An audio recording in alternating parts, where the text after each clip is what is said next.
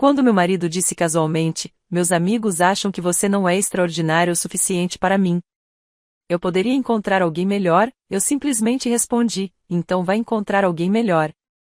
Naquele mesmo dia, cancelei silenciosamente nossos planos, os presentes, tudo.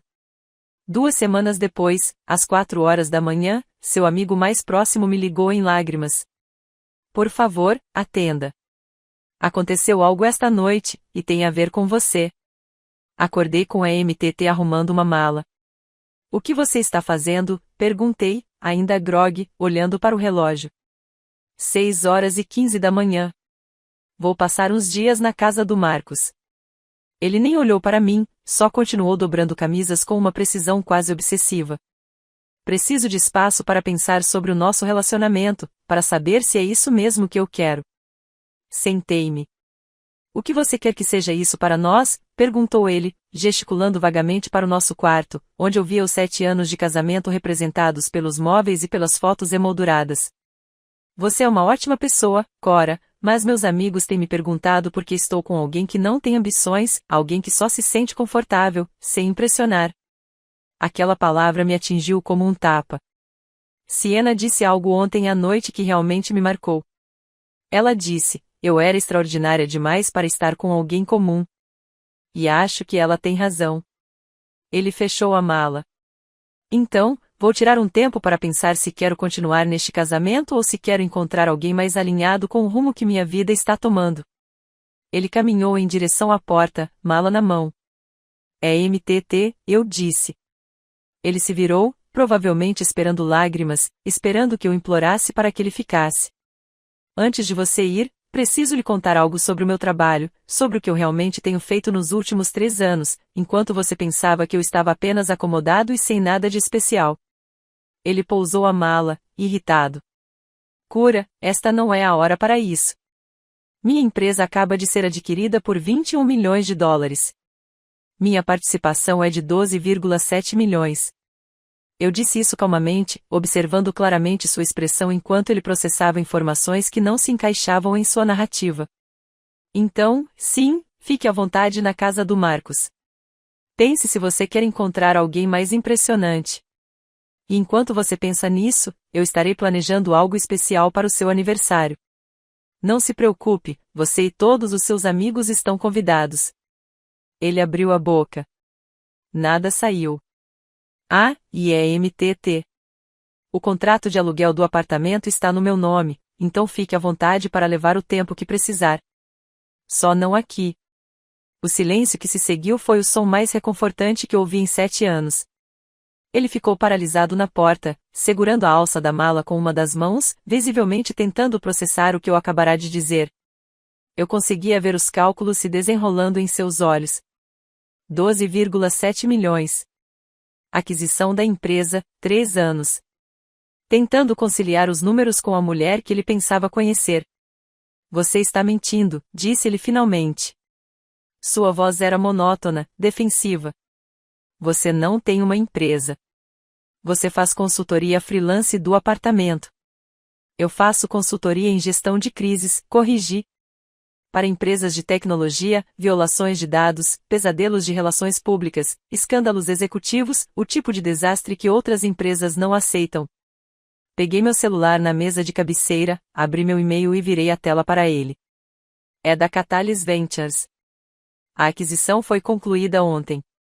Gostaria de ler a confirmação da transferência bancária?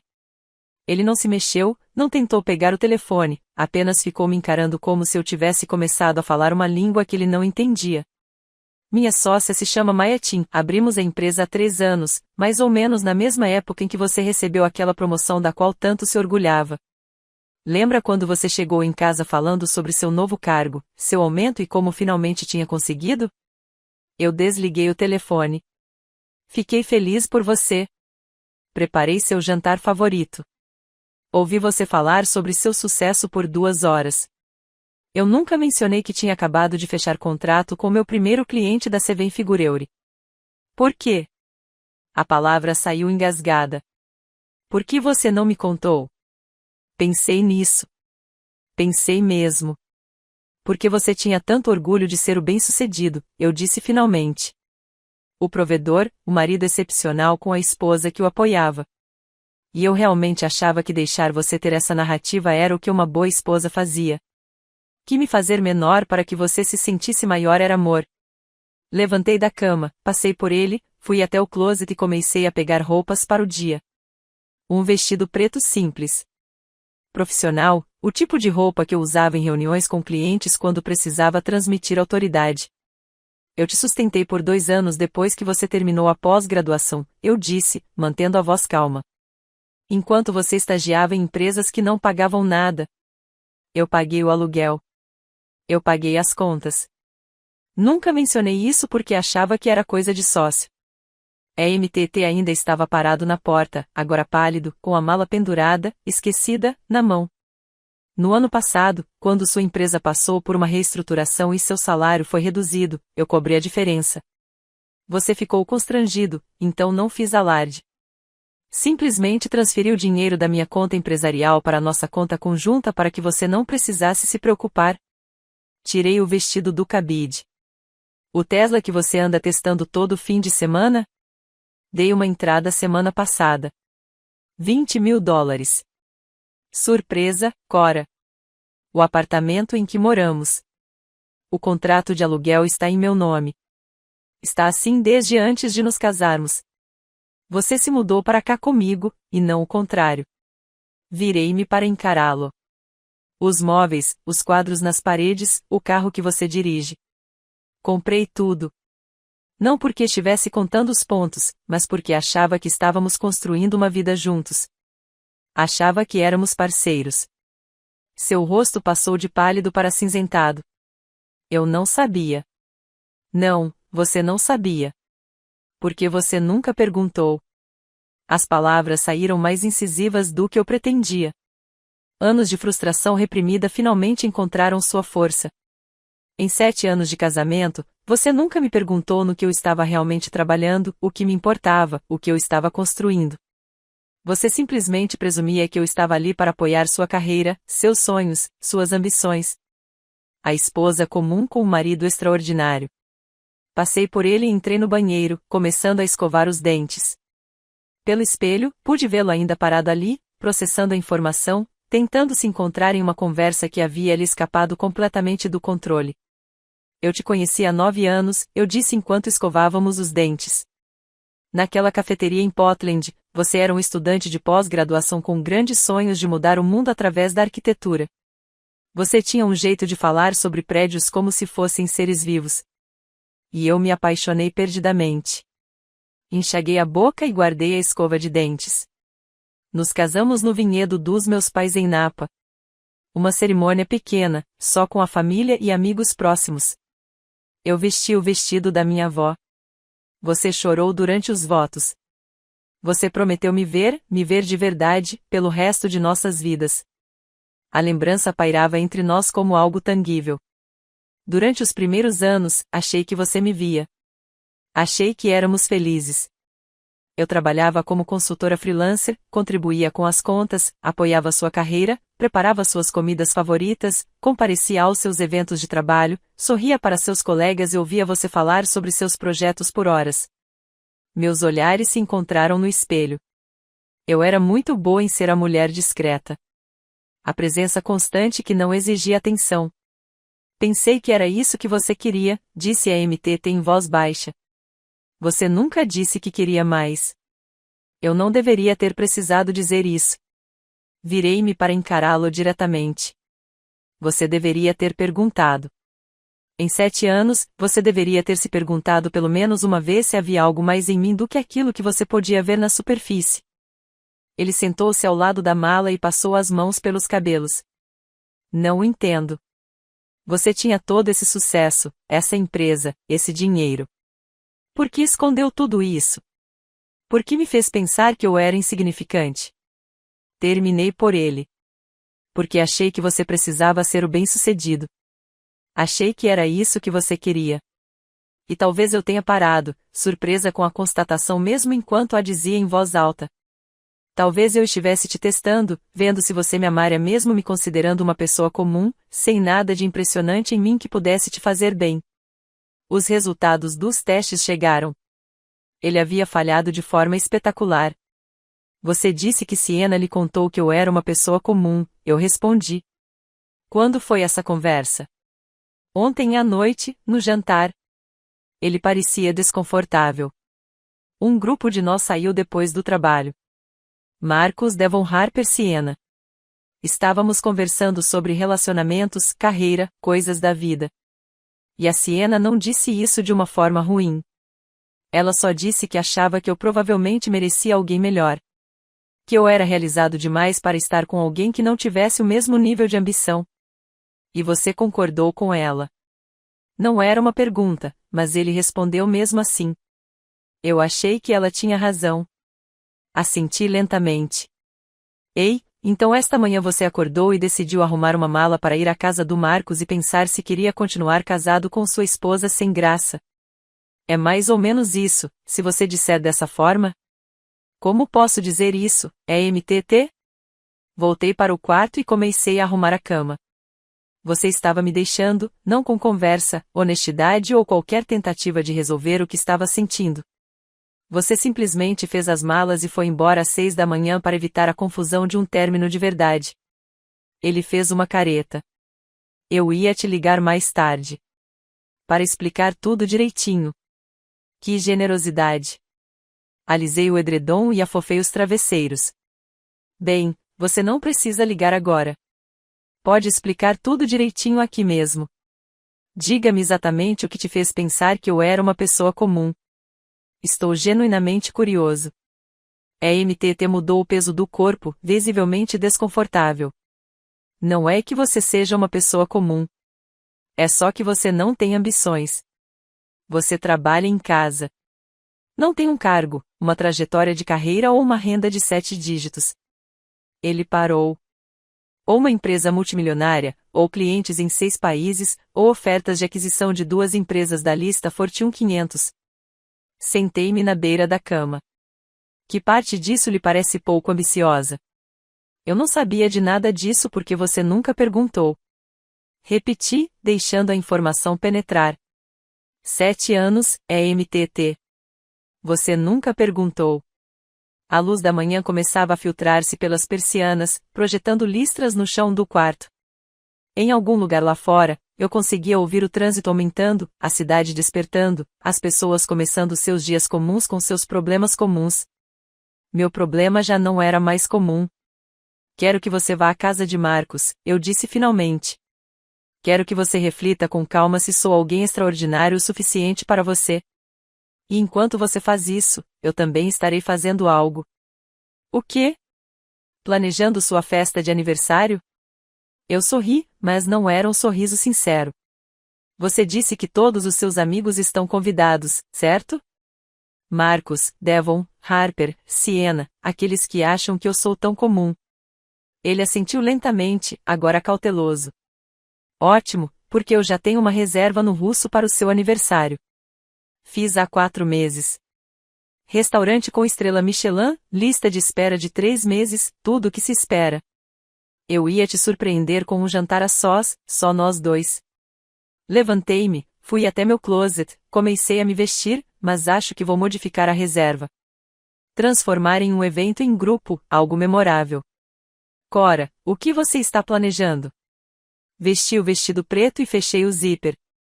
Planejo dar a você e seus amigos exatamente o que vocês querem, a verdade sobre quem eu realmente sou.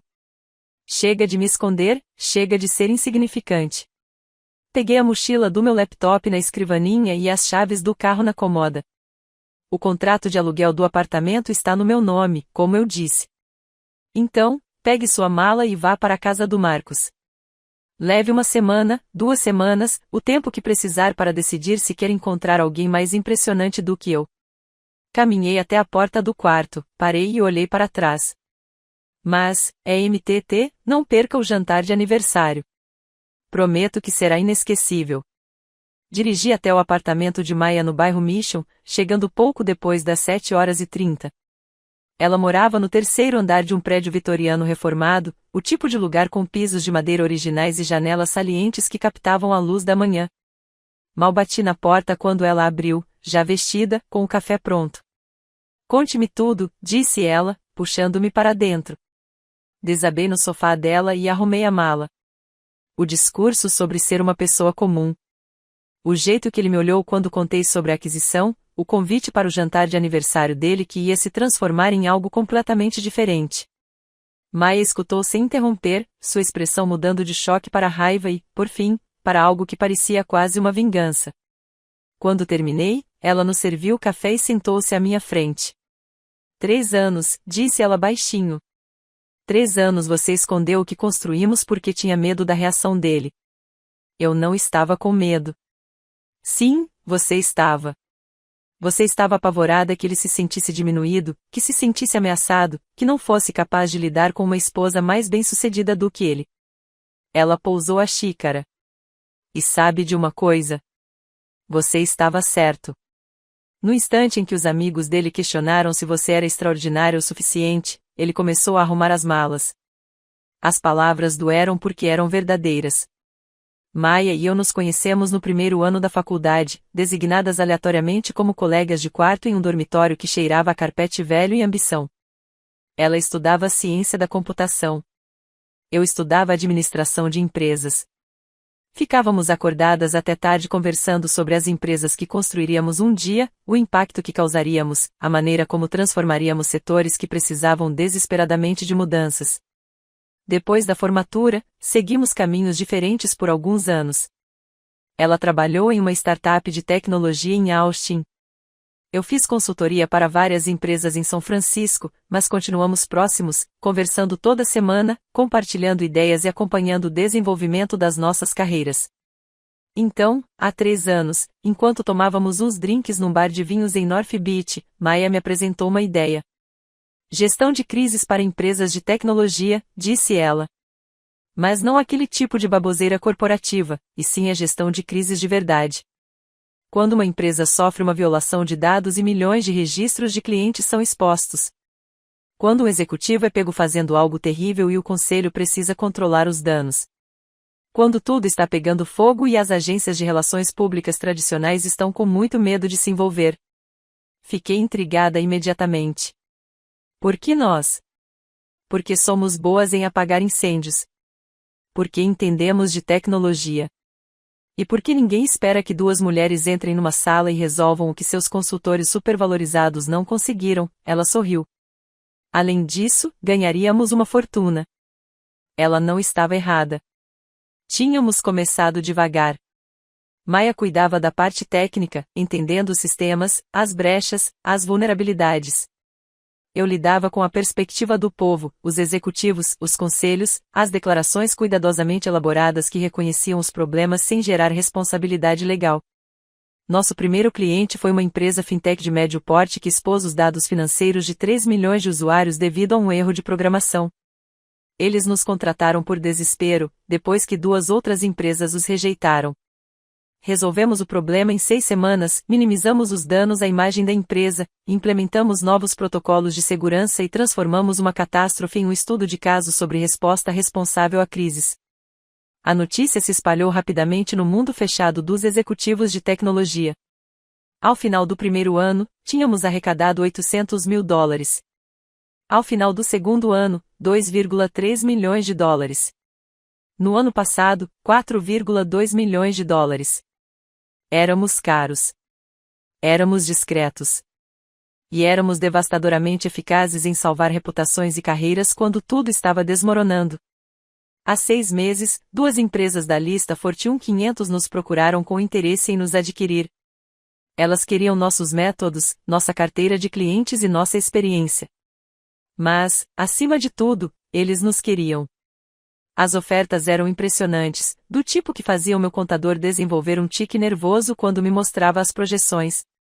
Mas ambas as ofertas tinham a mesma condição: tínhamos que tornar o assunto público.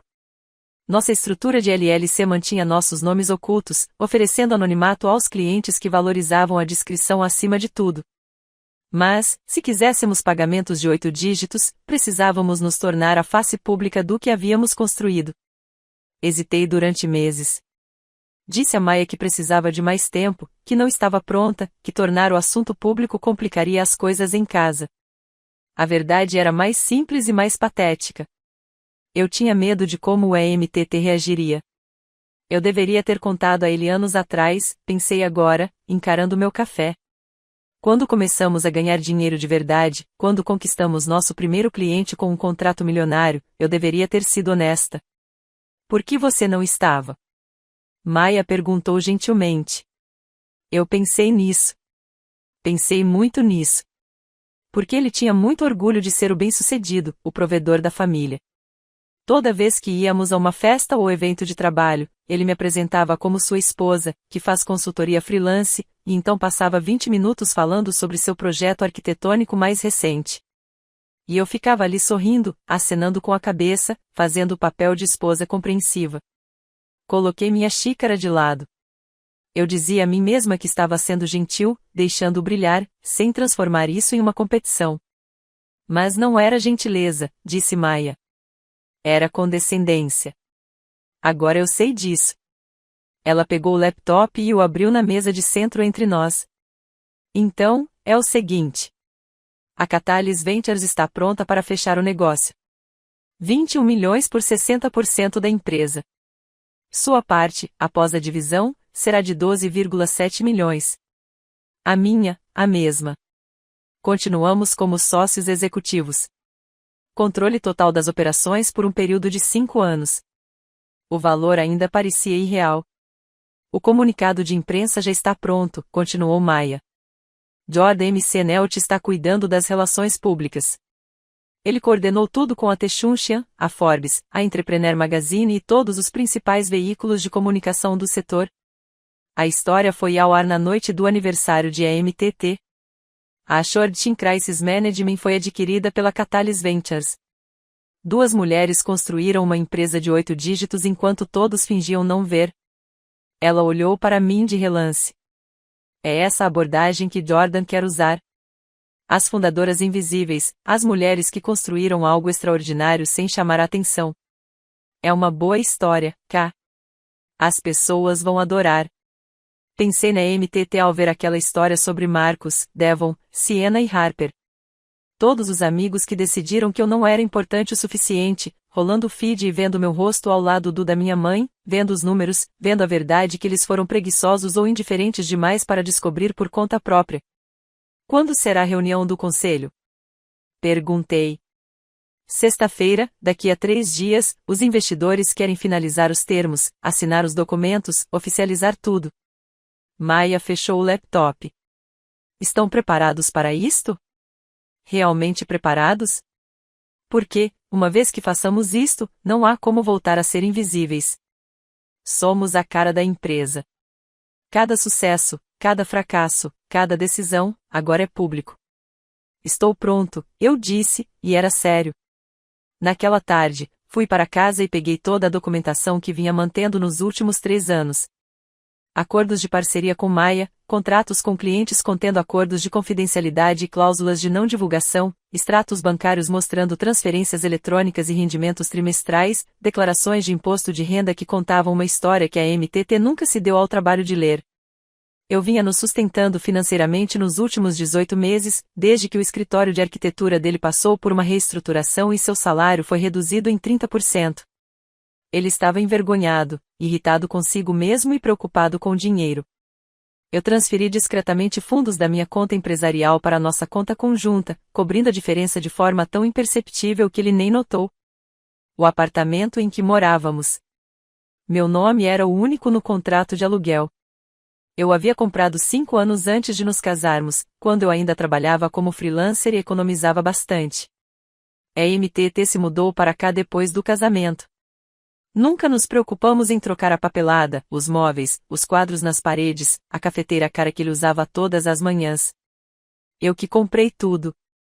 Não porque eu estivesse contando os pontos, mas porque eu tinha o dinheiro e ele tinha empréstimos estudantis que ainda estava pagando, o carro que dirigia, o laptop que usava para trabalhar, os ternos sob medida que ficavam bem nas fotos das reuniões com clientes, tudo financiado pela esposa comum que fazia consultoria freelance em casa.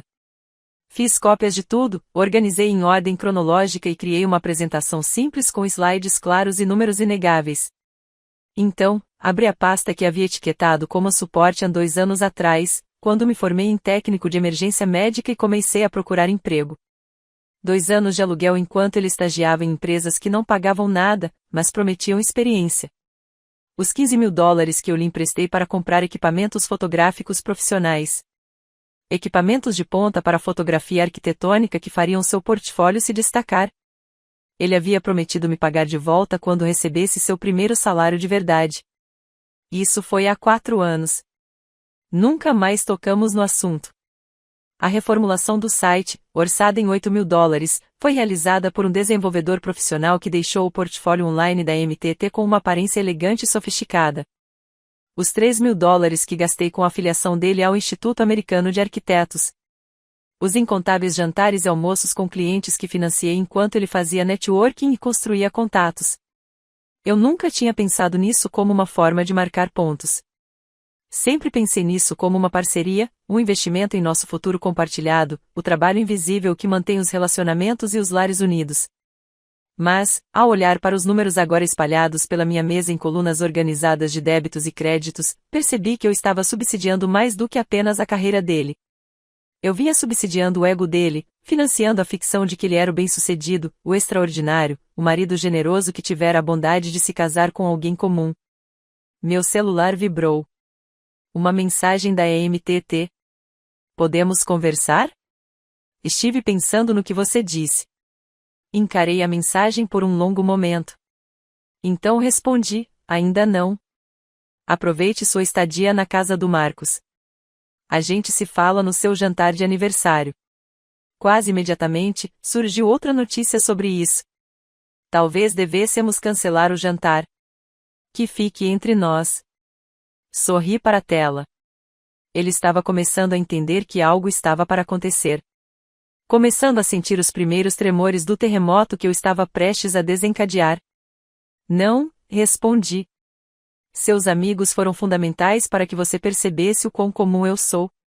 Eles merecem estar lá quando você encontrar alguém melhor. O jantar ainda está de pé. Sábado, 20 horas. Ateliê russo. Não se atrase. Silenciei meu celular e voltei para minha documentação. Faltam 3 dias para a reunião do conselho. Faltam 10 dias para o aniversário do EMTT. Faltavam 10 dias para que todos que um dia me chamaram de pessoa comum descobrissem exatamente o que estavam cegos demais para enxergar. Abri a reserva do Ateliê russo no meu laptop, cliquei no botão de modificação, alterei o número de pessoas de 2 para 12 e adicionei uma observação solicitando a sala de jantar semi-privativa com recursos para apresentações. Então liguei diretamente para o restaurante. Aqui é Cora Shord. Tenho uma reserva para o dia 15. Gostaria de fazer alguns ajustes especiais. A dona do ateliê russo era uma mulher chamada Colette. Seu sotaque francês ainda está carregado, apesar de 20 anos em São Francisco. Ela ouviu meus pedidos com a neutralidade experiente de alguém que já viu de tudo. A sala de jantar semi-privativa. Sim, temos disponibilidade para a sua data. E você gostaria de um equipamento de apresentação. Uma tela e uma conexão para meu laptop. Nada sofisticado, apenas algo simples e profissional, claro. E o menu degustação do chefe, todos os 12 convidados, a harmonização de vinhos. Fiz uma pausa. E Colette, preciso de total discrição. O convidado de honra não sabe das alterações que estou fazendo. Algo brilhou em sua expressão. Talvez curiosidade, ou o reconhecimento de uma história que já ouvirá em versões diferentes. Naturalmente, senhorita Shord, prezamos pela discrição. Desliguei o telefone e imediatamente meu celular vibrou com uma mensagem do EMTT, a primeira de muitas que viriam. Isso é uma loucura. Podemos conversar, por favor? Coloquei o telefone com a tela virada para baixo na minha mesa e voltei ao trabalho. Nos 3 dias seguintes, as mensagens chegaram em ondas. 19 mensagens, cada uma revelando exatamente o quão pouco ele entendia sobre o que havia se rompido entre nós. O primeiro dia foi de raiva. Você está sendo completamente irracional quanto a isso. Eu só estava sendo honesto. É isso que devemos fazer em um casamento. O segundo dia foi marcado pela confusão. Não entendo por que você está me ignorando. Podemos ao menos conversar como adultos, Esse silêncio é infantil. No terceiro dia, ele já havia passado para a fase de conciliação. Não quis dizer isso da forma como soou. Você sabe como eu fico quando estou estressado. O trabalho tem sido intenso, e meus amigos só estavam tentando me ajudar a lidar com a situação. Podemos, por favor, sentar e conversar sobre isso? Não respondi a nenhuma mensagem. No meu trabalho de gestão de crises, aprendi que o silêncio costuma ser mais devastador do que o confronto. Quando as empresas enfrentavam escândalos, a pior coisa que podiam fazer era entrar em discussões com os críticos. Isso dava fôlego à história, mantinha-a viva e permitia que a narrativa tomasse rumos imprevisíveis. Melhor ficar em silêncio. Deixe que o outro lado preencha o vácuo com seus próprios medos e projeções. Deixe que imaginem os piores cenários possíveis. No quinto dia, eu já conseguia sentir o Emmett entrando em pânico. Por favor, Cora, me diga o que eu posso fazer para consertar isso. Eu sei que errei. Eu sei que disse algo que me magoou, mas estamos juntos há 7 anos. Isso tem que valer alguma coisa. Por favor. Sexto dia. Marcos diz que eu deveria te dar espaço, mas não consigo ficar aqui sem saber o que você está pensando. Você pretende me deixar? Está falando com um advogado? Por favor, me diga o que está acontecendo. A menção a um advogado foi interessante. Ele estava começando a entender que aquilo não era uma briga. Era algo diferente. Sétimo dia. Passei de carro em frente ao apartamento hoje. Seu carro estava lá, mas você não atendeu quando bati na porta. Eu sei que você está em casa. Eu sei que você pode me ouvir. Isso não é justo. Você não pode simplesmente me ignorar assim. Na verdade, eu poderia. O apartamento era meu. O contrato de aluguel estava em meu nome. Ele não tinha o direito legal de estar lá, e eu já havia trocado as fechaduras, uma precaução que Lenvois havia recomendado durante nosso primeiro encontro. Conheci ele no quarto dia, em seu escritório envidraçado no 42º andar de um prédio no distrito financeiro. Maia a recomendou em 7 palavras: ela protege o patrimônio das mulheres. Ela é implacável. Ele tinha uns 60 e poucos anos, cabelos grisalhos cortados num Chanel impecável, e usava um terno que provavelmente custava mais do que o aluguel mensal da maioria das pessoas. Ela tinha o tipo de rosto que já tinha visto todas as variações da traição humana e não se impressionava mais com nada disso.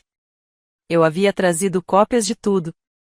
O contrato de aluguel do apartamento, extratos bancários, declarações de imposto de renda, todo o histórico de apoio financeiro que eu havia fornecido durante nosso casamento.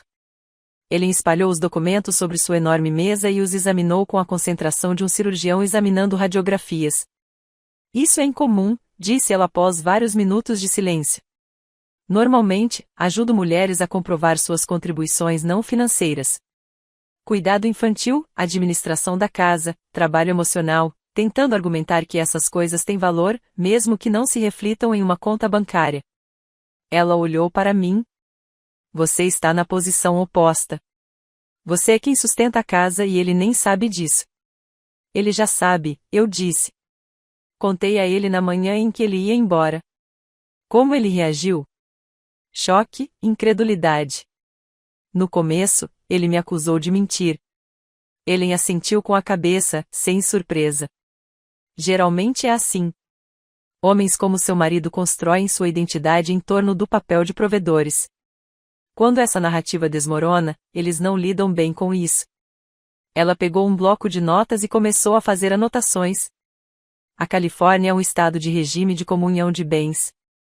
Presume-se que tudo que for adquirido durante o casamento seja de propriedade conjunta, mas existem exceções. Ela me explicou os detalhes. O apartamento era meu. Adquirido antes do casamento, o contrato de aluguel nunca foi alterado. Era propriedade separada. Meu negócio era mais complicado. Maia e eu o tínhamos começado durante meu casamento, o que significava que a MTT poderia potencialmente reivindicar uma parte de seu valor. Mas, disse Ellen, batendo a caneta no bloco de notas, se você puder demonstrar que construiu o negócio com seu próprio trabalho e capital, e que ele não contribuiu em nada para o seu sucesso, você terá um argumento forte para mantê-lo separado. Você tem documentação que comprove como financiou os custos iniciais? Tudo veio das minhas economias pessoais de antes do nosso casamento. Ótimo! E ele alguma vez contribuiu financeiramente para o negócio, investiu dinheiro, concedeu empréstimos? Não. Ele nem sabia que existia até 4 dias atrás. Ellen esboçou um pequeno sorriso. Melhor ainda. E a carreira dele? Você o apoiou financeiramente enquanto ele a construía?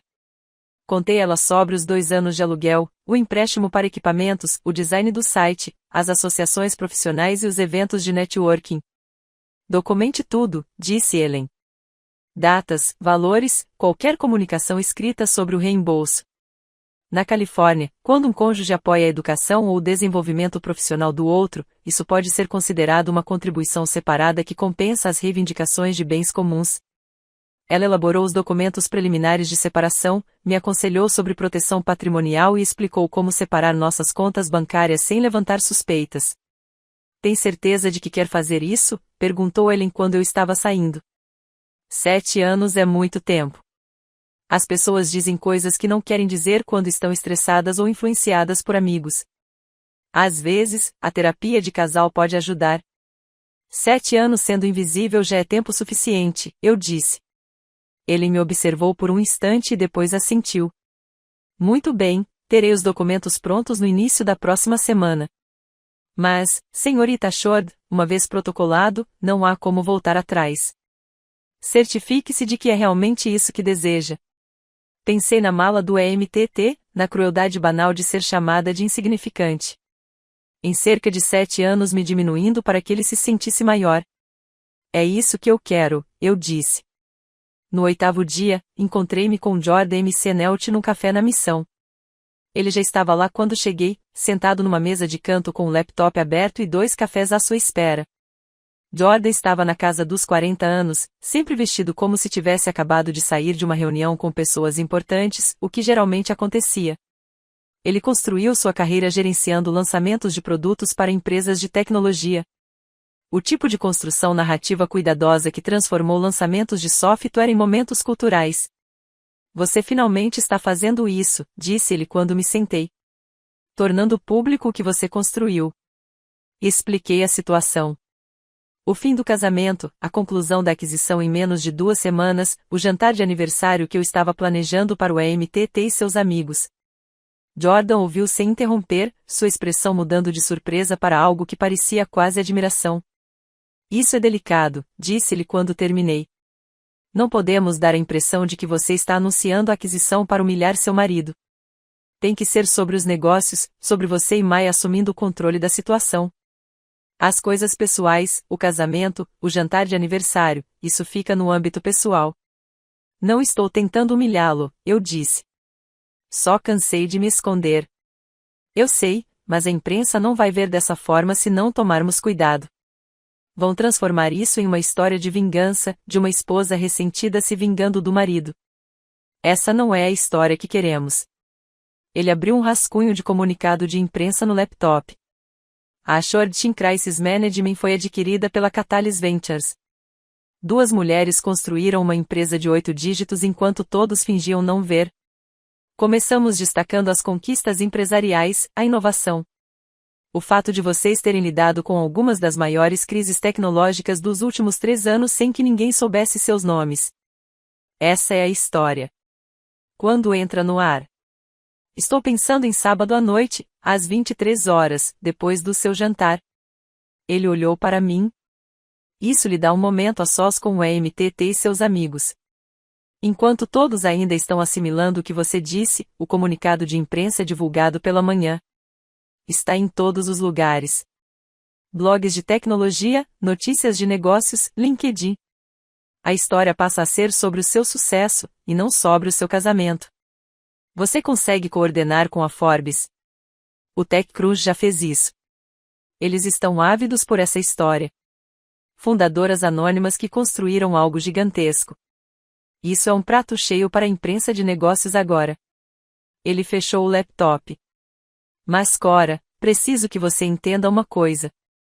Uma vez visível, você não pode voltar a ser invisível. As pessoas terão opiniões sobre você, sobre seu negócio, sobre seu casamento. Elas vão dissecar sua vida nas redes sociais.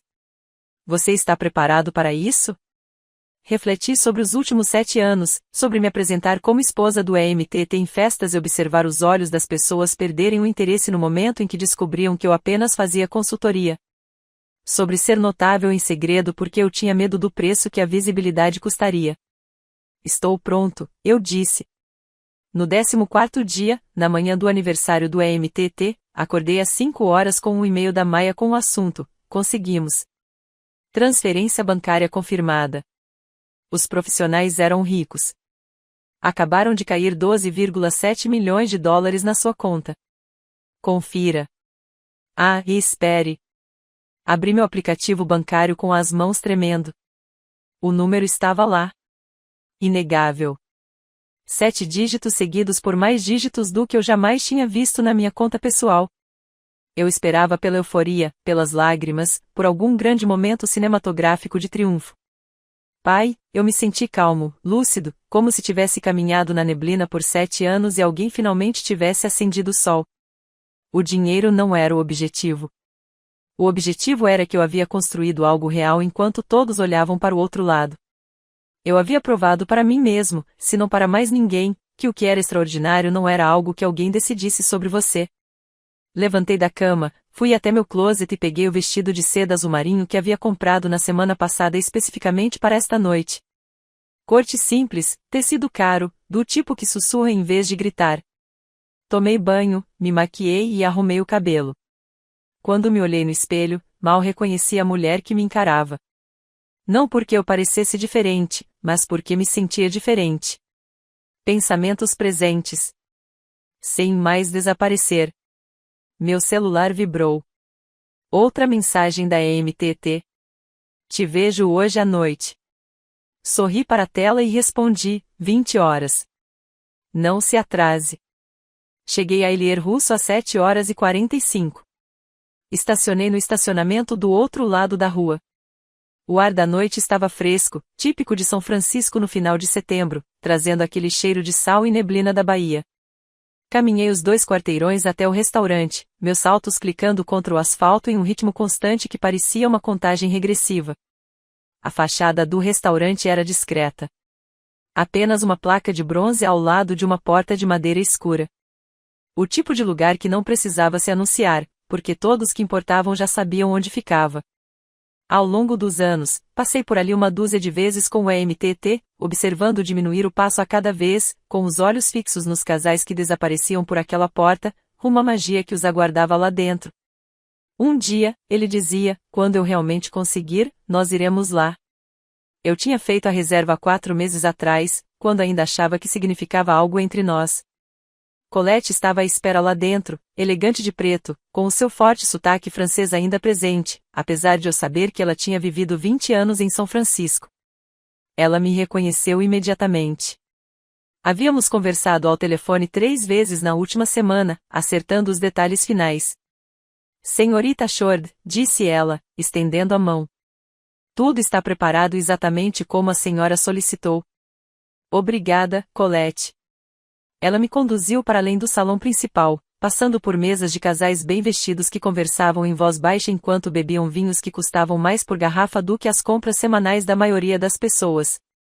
Passamos por um corredor forrado com fotografias em preto e branco dos mercados de comida parisienses e, em seguida, por uma porta que dava para a sala de jantar semi-privativa que eu havia reservado. Estava perfeito. A mesa estava posta para 12 taças de champanhe, que captavam a luz das lâmpadas Edison no teto. Os menus já estavam dispostos. Eu havia pré-selecionado o menu degustação do chefe, com 7 pratos e harmonização de vinhos para cada um deles. Num canto, discretamente, mas visível, estava a tela e o projetor que eu havia solicitado. Já estavam conectados à rede Wi-Fi do restaurante. O equipamento de apresentação está pronto. Colette disse, vocês poderão se conectar diretamente de seus laptops, e eu já dei as instruções ao operador de som. O champanhe será servido quando vocês derem o sinal. Peguei meu laptop e testei a conexão. O primeiro slide apareceu na tela, um slide simples com o título e o logotipo da minha empresa. Avancei rapidamente pela apresentação, certificando-me de que tudo estivesse em ordem. O anúncio da aquisição, a documentação financeira, o cronograma de suporte, tudo claro, profissional e inquestionável. Perfeito, eu disse, desconectando. Reconectarei quando estiver pronto. Você vai se juntar à festa imediatamente ou prefere esperar no bar? O bar? Eu disse, quero vê-los chegar. Colette me levou de volta ao salão principal e me acomodou na extremidade oposta do bar, de forma que eu pudesse ver a entrada e o corredor que levava à sala de jantar privativa. Ela colocou um copo de água com gás na minha frente sem pedir. Para que eu pudesse ter clareza, disse ela baixinho, e eu apreciei a compreensão dela. Eu precisava ter clareza esta noite. O presente para cada momento do que estava prestes a acontecer. Os primeiros convidados chegaram às 7h53. Marcos e Devon, colegas de quarto de faculdade de EMTT. Ambos estavam vestidos com ternos que gritavam o dinheiro do mercado financeiro. Marcos havia engordado desde a última vez que o vi em um churrasco 2 verões atrás. Devon tinha raspado a cabeça, provavelmente tentando se antecipar à calvície que claramente estava se alastrando. Eles olharam em volta, confusos, checando seus celulares e comparando anotações. Pela janela, observei-os mostrando um ao outro as mensagens de texto. Convites que eu havia enviado de um número desconhecido, alegando ser da MTT. Colette os cumprimentou com gentileza, confirmou que estavam ali para a festa de Ashore e os conduziu à sala de jantar privativa. Observei seus rostos enquanto passavam. Curiosidade, incerteza, o início daquela ansiedade social que surge quando não se sabe qual papel se deve desempenhar. Harper chegou em seguida, às 7h57, colega de da Morrison & Associates. Eu a havia encontrado exatamente 3 vezes em 7 anos. Ela foi vista 2 vezes em festas de fim de ano da empresa e 1 vez em um jantar para comemorar a promoção de AMTT. Era o tipo de mulher que se vestia como se estivesse sempre a caminho de uma reunião importante. Blazer impecável, blusa engomada, saltos que acrescentavam uns 7 centímetros, mas que, de alguma forma, ainda pareciam práticos. Ela cumprimentou Marcos e Devon com uma cordialidade profissional que não chegava a ser uma amizade genuína. E percebi que ela provavelmente também não os conhecia bem. Éramos todos coadjuvantes na vida de AMTT, mantidos cuidadosamente separados, de modo que nunca trocávamos figurinhas. Exatamente às 8h, Siena entrou. Eu nunca a tinha conhecido pessoalmente, mas a reconheci pelas fotos que a AMTT me mostrou. Alta, loira, daquele tipo de beleza que parecia cara de manter. Ela usava um vestido que provavelmente custava o que a maioria das pessoas gasta com aluguel. Verde esmeralda, justo ao corpo, do tipo que chama a atenção em qualquer lugar. Essa era a mulher que disse ao médico que eu não tinha nada de especial. A amiga cuja opinião importou mais do que 7 anos de casamento. Eu a observei cumprimentar os outros com uma confiança natural. Via rir de algo que Marcos disse. Via se acomodar na sala como se pertencesse àquele lugar, como se aquela fosse a sua festa, a sua celebração, o seu palco. Não por muito tempo. Colette ofereceu champanhe. Siena aceitou. As outras fizeram o mesmo. Eles se aglomeraram na sala de jantar privativa, visíveis através da divisória de vidro, e sua linguagem corporal oscilava entre a confusão e aquela energia social forçada que as pessoas adotam quando não têm certeza do que está acontecendo, mas não querem parecer descoladas. Verifiquei meu telefone. Também estava lá. O EMTT estava atrasado. Então a porta se abriu e lá estava ele. Ele ficou parado na entrada por um instante, observando o restaurante, e eu vi a confusão tomar conta de seu rosto quando avistou seus amigos através do vidro. Ele pegou o celular e o checou como se tivesse perdido alguma mensagem explicando o que estava acontecendo. Ele estava usando o terno cinza escuro que eu havia comprado para ele 18 meses atrás, quando ele se tornou líder de design sênior. Aquele que eu mandei fazer sob medida para ele em uma loja em North Beach, que cobrou $200 só pelos ajustes. Os sapatos de couro italiano que eu lhe dei no Natal passado, os mesmos que ele usou em todas as reuniões importantes desde então. Ele parecia bem-sucedido, elegante, como um homem que tinha a vida resolvida. Eu sabia exatamente quanto daquela imagem eu havia financiado. Seus olhos percorreram a sala, procurando algo, e finalmente pararam em mim no bar. Eu observei processar a informação, enquanto sua esposa o observava sozinha. Havia algo indecifrável em sua expressão. Ele começou a caminhar em minha direção, seu rosto oscilando entre emoções. A confusão deu lugar à esperança. Uma esperança tingida de incerteza. A incerteza começou a se transformar em medo quando ele percebeu algo na minha postura que lhe indicava que aquela não seria a reconciliação que ele havia imaginado. Cura, disse ele quando me alcançou. O que está acontecendo? Por que Marcos e Devon estão aqui? E Siena, este é o seu jantar de aniversário, eu disse calmamente. Convidei as pessoas cujas opiniões mais importam para você. Mas eu pensei que você tivesse dito que deveríamos conversar. Pensei que seríamos só nós dois. Vamos conversar na frente dos seus amigos, aqueles que te ajudaram a perceber o quão comum eu sou. Levantei-me e alisei o vestido. Vamos, todos estão esperando. Comecei a caminhar em direção à sala de jantar privativa. Atrás de mim, ouvi a MTT me seguindo, seus passos hesitantes, sua respiração ligeiramente ofegante. Ele estava começando a entender que algo estava errado, que o roteiro que ele havia escrito em sua cabeça não era aquele que eu estava prestes a interpretar. Colette abriu a porta da sala de jantar privativa. A conversa lá dentro cessou quando todos se viraram para nos olhar. Observei a expressão de Siena mudar de curiosidade para algo mais cauteloso, vi Marcos e Devon trocarem um olhar, vi Harper pousar sua taça de champanhe com precisão cuidadosa. Obrigado a todos por terem vindo, eu disse, entrando na sala com a autoridade que normalmente reservava para salas de reuniões cheias de executivos em pânico. Por favor, sentem-se todos. Eu queria comemorar o aniversário do EMTT com as pessoas mais importantes para ele. A EMTT entrou atrás de mim, ainda confuso, olhando para mim e para os amigos como se estivesse tentando resolver um quebra-cabeça com peças que não se encaixavam. Cora, o que é isso? Sua voz carregava um tom de desespero. É exatamente o que eu disse. Seu jantar de aniversário. Mudei-me para a cabeceira da mesa, posicionando-me de forma que todos pudessem me ver claramente. 2 semanas atrás, você me disse que seus amigos acham que eu não sou interessante o suficiente para você, que você poderia fazer melhor. Achei que seus amigos deveriam estar aqui quando você descobrisse o quão extraordinária eu tenho sido. Vi o momento em que a ficha caiu, o jeito como o rosto dele empalideceu, o jeito como as mãos se fecharam ao lado do corpo. Siena se remexeu desconfortavelmente na cadeira. Marcos não me encarava. Devon, de repente, ficou muito interessado no cardápio à sua frente. Apenas Harper olhou diretamente para mim, com uma expressão indecifrável, como se estivesse assistindo a uma peça e ainda não tivesse certeza se era uma tragédia ou uma comédia. Todo mundo aqui tem champanhe, menos você e eu disse, olhando para a MTT. Devemos pegar taças? Temos muito que comemorar. Colette apareceu silenciosamente à porta. 2 taças de champanhe numa bandeja. Ela as colocou nos 2 lugares restantes.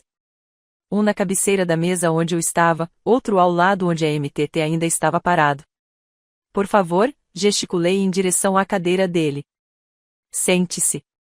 Afinal, esta é a sua festa. Ele sentou-se lentamente, como um homem caminhando para uma armadilha que podia ver, mas da qual não conseguia escapar. O cômodo estava completamente silencioso, exceto pelo som suave do champanhe sendo servido, as bolhas subindo nas taças de cristal, a expectativa tão palpável que quase se podia senti-la. Peguei meu copo e sorri para a mesa cheia de pessoas que haviam decidido que eu não merecia atenção. Vamos começar? O sommelier se movia ao redor da mesa com uma destreza que demonstrava falta de prática, enchendo 12 taças de champanhe com um líquido dourado que captava a luz como promessas prestes a serem quebradas. Eu fiquei completamente imóvel na cabeceira da mesa, observando as bolhas subirem no cristal, enquanto a MTT permanecia congelado, meio em pé, meio sentado, sua confusão se transformando em algo mais próximo do pavor. Quando o último copo foi enchido e o Somo se retirou pela porta com um aceno discreto, deixei o silêncio se prolongar. Deixe que a situação fique desconfortável. Deixe que todos naquela sala se absorvam em sua incerteza por exatamente 15 segundos antes de eu falar. Há 2 semanas, minha voz começou a ficar mais clara e nivelada. O EMTT chegou em casa e me disse que os amigos dele acham que eu não sou boa o suficiente para ele, que ele poderia fazer melhor. As palavras caíram como granadas. O rosto de Siena empalideceu tão rápido que pensei que ela fosse desmaiar. Marco subitamente demonstrou um intenso interesse pelo guardanapo dobrado em seu prato. O maxilar de Devon se contraiu. Harper, a única pessoa na sala que parecia genuinamente surpresa em vez de culpada, virou-se para encarar a MTT com uma expressão que eu não consegui decifrar. E sabe de uma coisa? Continuei, mantendo um tom de conversa leve, quase descontraído. Ele tinha toda a razão. Vi a confusão se espalhar pela sala. Não era esse o roteiro que alguém esperava. Eu não sou notável o suficiente. Sou notável de maneiras que ele nunca se preocupou em notar. De maneiras que nenhum de vocês se preocupou em perguntar. Peguei meu celular e o conectei à tela no canto. O primeiro slide apareceu. Limpo, profissional, inegável. Esta é a minha empresa, a Short-Term Crisis Management. O logotipo preencheu a tela. Simples, elegante, profissional. Durante 3 anos, enquanto a MTT colecionava seus prêmios de arquitetura e me apresentava em festas como sua esposa, que presta consultoria freelance, minha sócia Maia e eu administrávamos uma empresa boutique de gerenciamento de crises especializada em empresas de tecnologia. Passei para o próximo slide.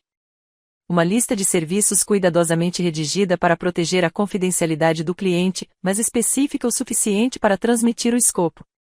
Lidamos com os desastres que outras consultorias não aceitam. Vazamentos de dados que afetam milhões de usuários. Pesadelos de relações públicas envolvendo má conduta de executivos. Escândalos corporativos que poderiam destruir empresas se mal administrados eram discretos, eficazes e muito, muito caros. Próximo slide. Depoimentos de clientes com nomes omitidos. Estudos de caso com detalhes de identificação removidos. Gráficos de receita mostrando crescimento exponencial ao longo de 3 anos. Ouvi alguém inspirar profundamente. Não consegui identificar quem era. No ano passado, construímos 4,2 milhões de dólares. Este ano, estamos a caminho de alcançar 6,8 milhões de dólares. 6 meses atrás, 2 empresas da Fortune 500 nos procuraram com propostas de aquisição. Deixei a informação se assentar, observando as expressões faciais enquanto os números não correspondiam à narrativa que haviam construído sobre mim. Esta manhã, eu disse, passando para o próximo slide.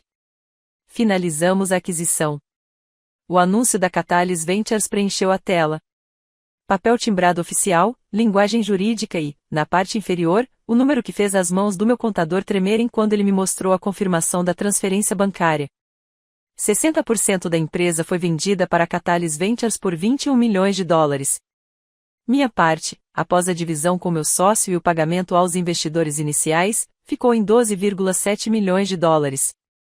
O silêncio que se seguiu foi absoluto. Nem mesmo o som da respiração. Apenas 12 pessoas imóveis. Taças de champanhe suspensas. Cérebros tentando reconciliar a mulher parada à sua frente com aquela que eles descartaram como insignificante. Eu os deixei absorver a informação. Deixei o número ecoar no espaço silencioso. Em seguida, passei para o próximo slide. Mas deixe-me mostrar-lhe outra coisa, porque o mais notável não é apenas o que eu construí. É o que eu construí enquanto todos presumiam que eu não estava construindo nada. Os extratos bancários apareceram na tela. Minha conta e nossa conta conjunta lado a lado, mostrando as transferências mensais dos últimos 18 meses. Esses são os depósitos que fiz para cobrir as despesas da nossa casa depois que a empresa do EMTT se reestruturou e cortou o salário dele em 30%. Ele ficou constrangido com um corte salarial, então, discretamente, transferi dinheiro da minha conta empresarial para nossa conta conjunta. O suficiente para cobrir a diferença e ele não precisar se preocupar. A MTT emitiu um som, algo entre um suspiro e um gemido. Eu não olhei para ele. Mantive meus olhos na tela, nas evidências que não podiam ser contestadas. Próximo slide. Recibos de aluguel de 5 e 6 anos atrás. Estes são dos 2 anos após a MTT ter concluído o mestrado.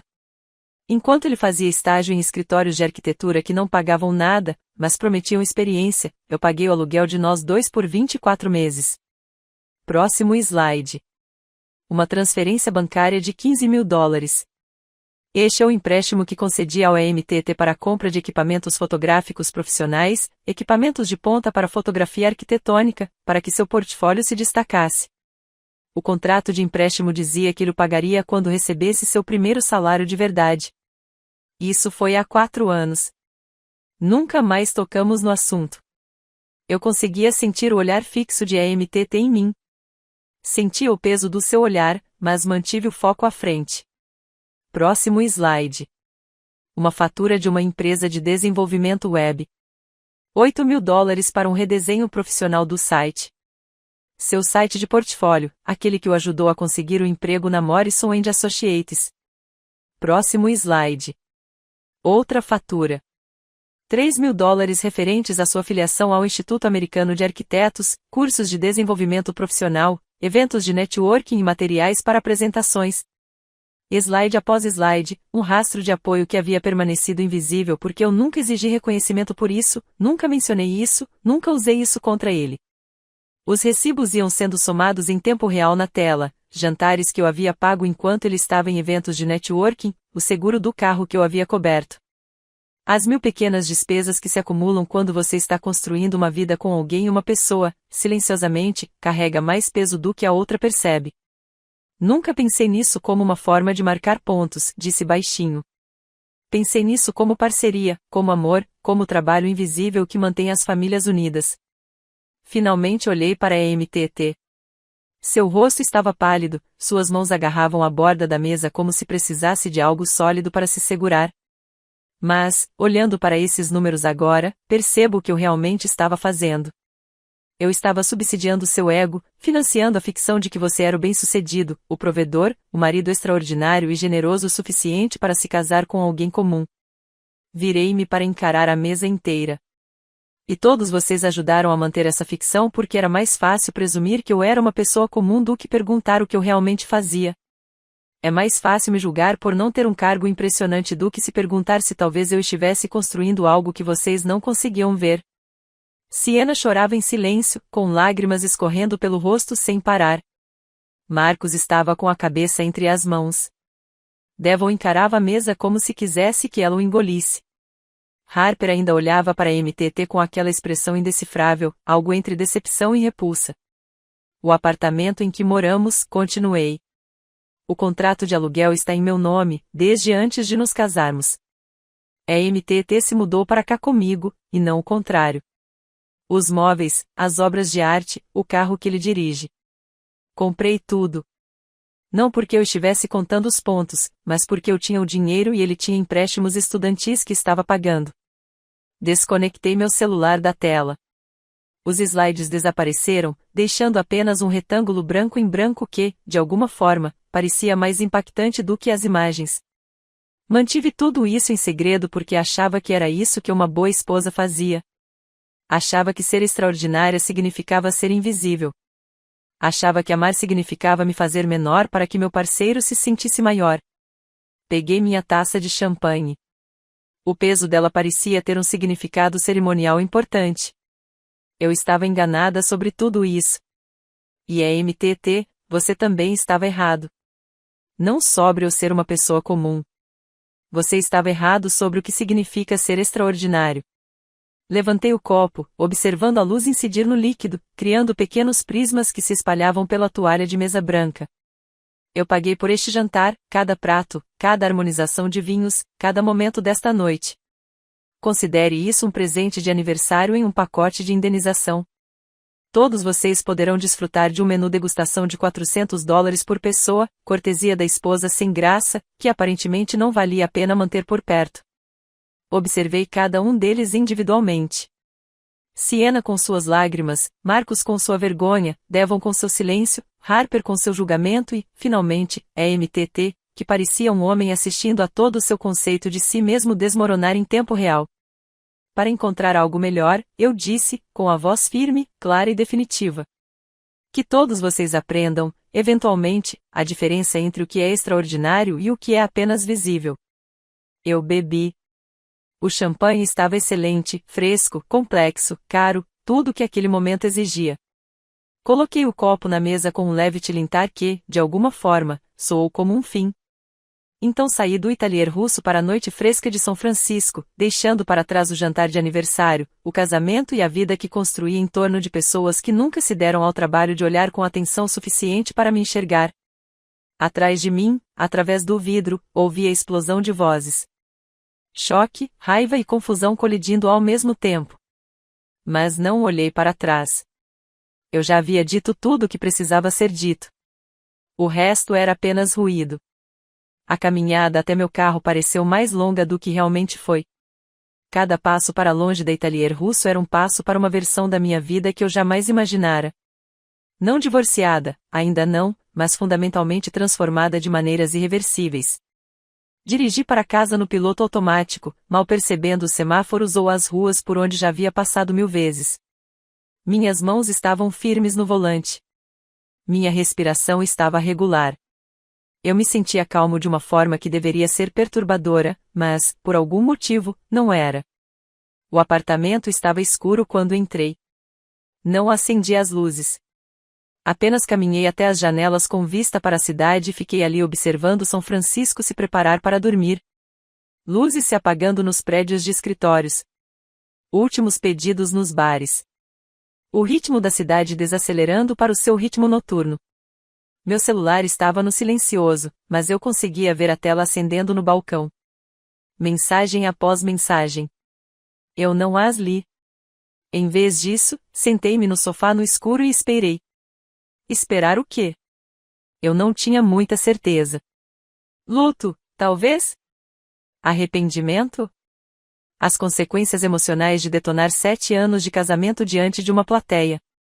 Mas nada disso aconteceu, apenas aquela mesma certeza clara e calma de que eu havia feito exatamente o que precisava ser feito.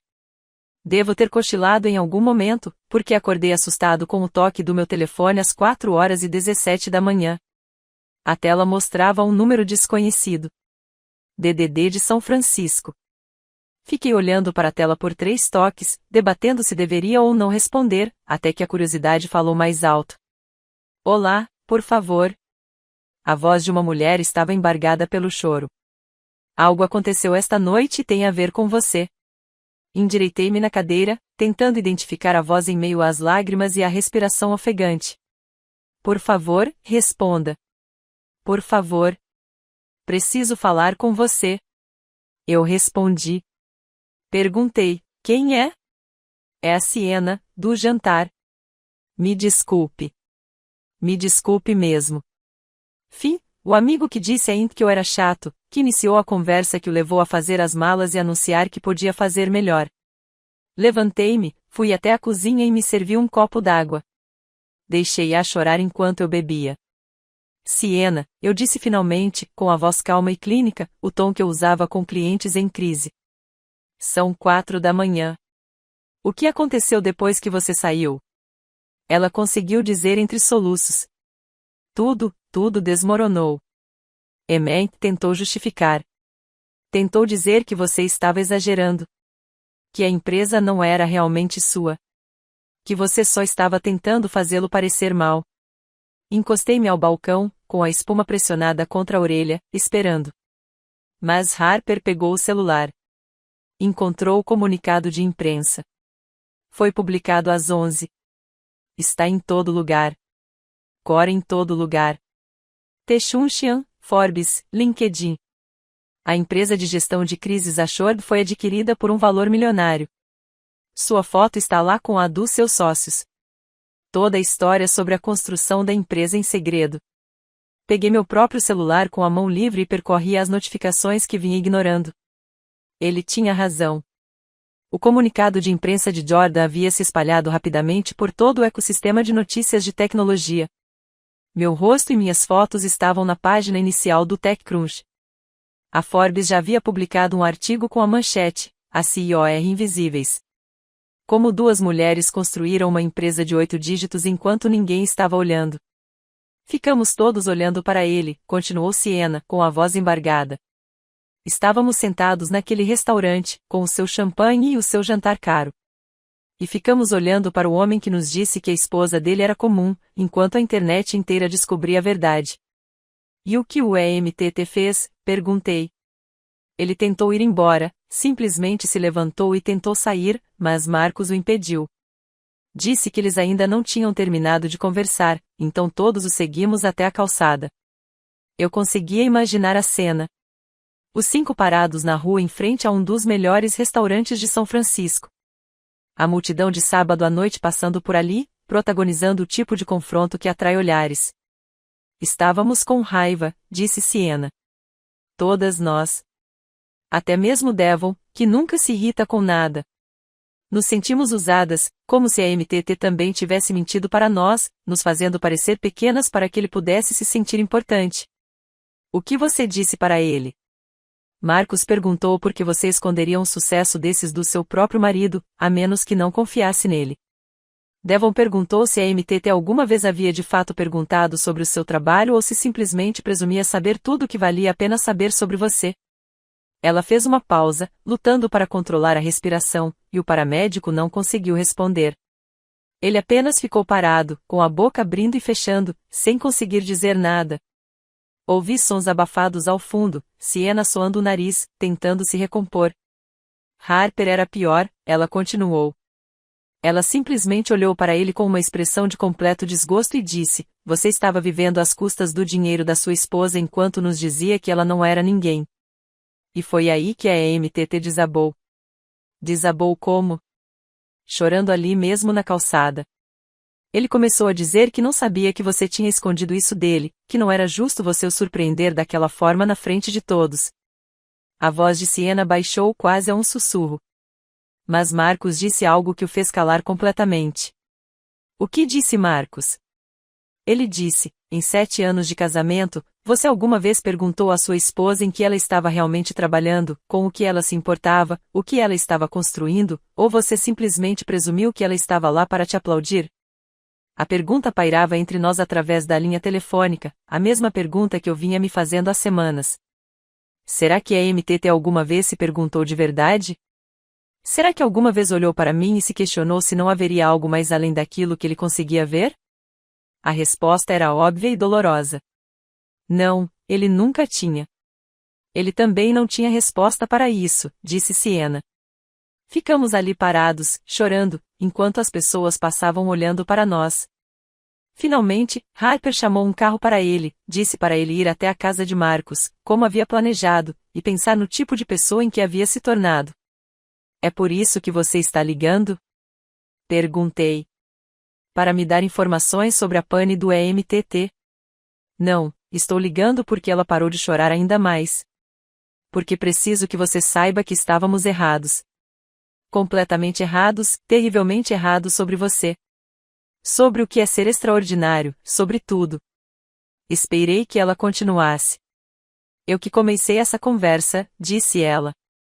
No jantar, 2 semanas atrás, tínhamos bebido vinho demais e estávamos falando sobre relacionamentos, carreira e coisas da vida. E eu disse: meu Deus, eu disse que você era doce, mas entediante. E talvez o EMTT devesse pensar grande.